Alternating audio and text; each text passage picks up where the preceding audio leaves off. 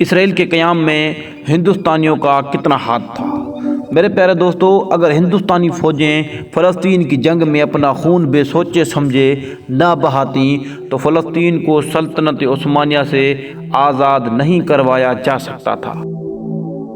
دہلی کے وسط میں ایک 3 مورتی چوک ہے جو جنوری 2018 میں اسرائیلی وزیر اعظم نیتن یاہو نے انڈیا کا دورہ کیا، جس کے دوران انڈین وزیر اعظم نریندر مودی انہیں 3 مورتی چوک لے گئے۔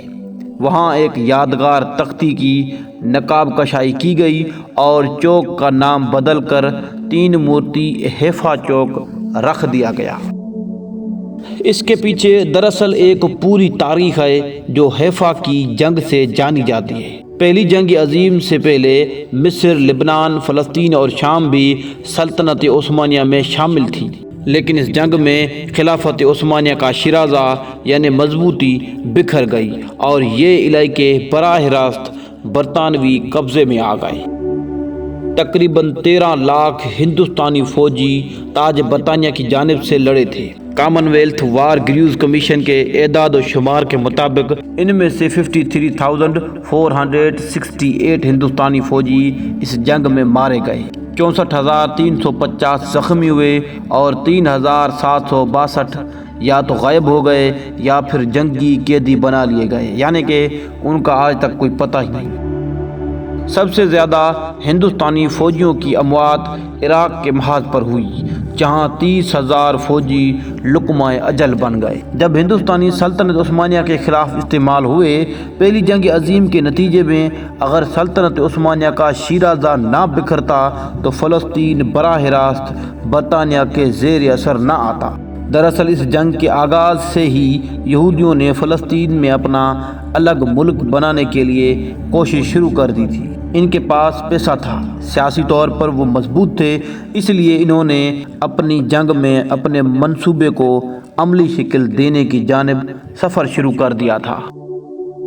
برطانیہ میں ان کا اثر رسوخ بہت بڑھ چکا تھا، جس کا انہوں نے خوب استعمال کیا۔ فلسطین کی آزادی کی مہم دراصل اسرائیل کے قیام کی مہم تھی، اور ہندوستان کے کروڑوں مسلمان کو جب اس بات کا ادراک ہوا تب تک ان کا خون اسرائیل کے قیام میں شامل ہو چکا تھا۔ وہ تاج برطانیہ کی وفادار کی حیثیت سے لڑ رہے تھے، لیکن ان کی یہ وفاداری سلطنت عثمانیہ کے بھی خلاف گئی اور فلسطین کے مسلمانوں کو بھی ایک ایسا زخم لگا گئی جو آج تک بھرا نہیں بلکہ روز بروز بڑھ رہا ہے۔ پاکستان، انڈیا اور بنگلہ دیش میں بسنے والے تقریباً 70 کروڑ مسلمانوں کی چوتھی نسلیں آج جب اسرائیل کو غاصب قرار دیتی ہیں تو وہ یہ بھول جاتی ہیں کہ فلسطین کے خون کے ذمہ دار آپ کے آباء و اجداد بھی ہیں۔ میموریلز آف انڈین سولجرز ان اسرائیل کے نام سے تل ابیب میں ایک قائم انڈین سفارت خانے کی ویب سائٹ پر ایک دستاویز پڑی ہے، جس میں اسرائیل کے قیام کے لیے ان کی قربانیوں کا ذکر کیا گیا ہے جو ہندوستانی فوجیوں نے اسرائیل کے قیام میں دی تھی۔ نریندر مودی اور اسرائیل میں نیتن یاہو کی حکومتیں ایک دوسرے کی اسٹریٹجک شراکت دار ہیں، اس لیے دونوں ممالک کو ایک دوسرے سے قریب لانے کے لیے تاریخ کے اس اہم موڑ کو دستاویزی شکل دی گئی ہے تاکہ اسرائیل کے یہودی اس بات کو ممنوع رہیں کہ ان کی ریاست کے قیام میں ہندوستانی خون بھی شامل ہے۔ ایک رپورٹ میں لکھا گیا ہے کہ متحدہ ہندوستان کی فوجیوں کا دونوں عالمی جنگوں میں انتہائی اہم کردار رہا ہے، خاص طور پر فلسطین کی جنگ میں، اور اگر ہندوستانی فوجی اپنی بے مثال قربانیاں نہ دیتے تو فلسطین کو عثمانی فوجیوں سے آزاد نہیں کروایا جا سکتا تھا۔ یہ 1.5 لاکھ ہندوستانی فوجی ہی تھے جنہوں نے فلسطین کے محاذ پر ستمبر اور اکتوبر 1918 میں بہادری کے جوہر دکھائے۔ برٹش آرمی کی 75ویں بٹالین نے نومبر 1917 میں غزہ کی تیسری لڑائی میں حصہ لے کر جنوبی فلسطین اور اردن کی وادی کی طرف پیش قدمی کی۔ اس دوران مغربی محاذ سے مزید 2 انڈین کیولری ڈویژن کی کمک بھی پہنچ گئی، جس کی مدد سے ستمبر 1918 میں عثمانی ترک فوجیوں کے خلاف حتمی معرکہ ہوا، جس میں ہندوستانی فوجیوں کے گھوڑ سوار دستے بھی شامل تھے۔ انہی دستوں نے بیت المقدس اور دیگر محاذوں پر عثمانی فوجیوں کو شکست دی۔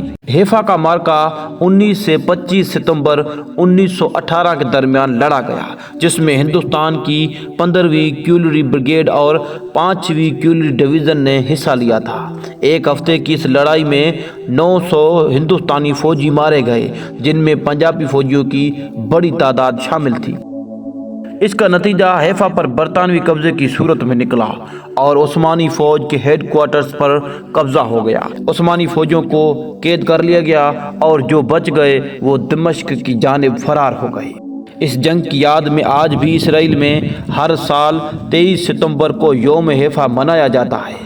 حیدرآباد لانسنز کے میجر محمود عظمت اللہ اور جودھ پور لانسنز کے میجر دلیپ سنگھ، جو اس جنگ میں بہادری سے لڑے تھے، انہیں اعلیٰ ترین برطانوی اعزاز ملٹری کراس دیے گئے۔ حیفا کی فتح کے بعد باقی محاذوں پر بھی عثمانی فوجیں پسپا ہوتی چلی گئیں۔ جنگ میں ہلاک ہونے والے ہندوستانی فوجیوں کی یادگاریں اسرائیل بھر میں پھیلی ہوئی ہیں، جن کی دیکھ بھال کی ذمہ داری آج بھی کامن ویلتھ گریوز کمیشن ادا کر رہا ہے۔ حیفا میں موجودہ قبرستان میں 305 فوجیوں کی یادگاریں ہیں جنہوں نے ہندوستانی فوج میں خدمات سر انجام دی۔ بیت المقدس کے قبرستان میں پہلی عالمی جنگ کے 79 ہندوستانی فوجی دفن ہیں۔ رام اللہ شہر میں پہلی عالمی جنگ کے 528 اور دوسری عالمی جنگ کے 1168 ہندوستانی فوجیوں کی یادگاریں ہیں۔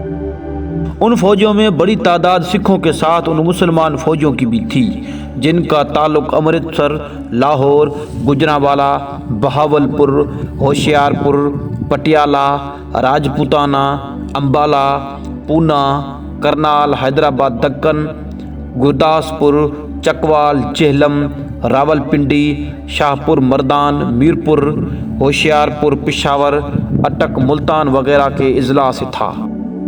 بلفور ڈکلریشن کی عملی تدبیر ہندوستانیوں کے بغیر ناممکن تھی۔ پہلی عالمی جنگ میں فلسطین پر برطانیہ کا قبضہ دراصل اسرائیل کے قیام کی طرف پیش قدمی تھی، جس کا اظہار بلفور ڈکلریشن میں 2 نومبر 1917 کو کر دیا گیا تھا، جس کے تحت فلسطین میں یہودیوں کی ریاست قائم کی جانی تھی۔ برطانیہ کے وزیر خارجہ آرتھر جیمز بلفور، جو خود بھی یہودی تھے، نے مشہور یہودی رہنما لونیل والٹر چائلڈ کے نام ایک خط لکھا جو نومبر 1917 کے اخبارات میں شائع ہوا، جس میں برطانیہ کی جانب سے اسرائیل کے قیام کا اظہار کیا گیا ہے۔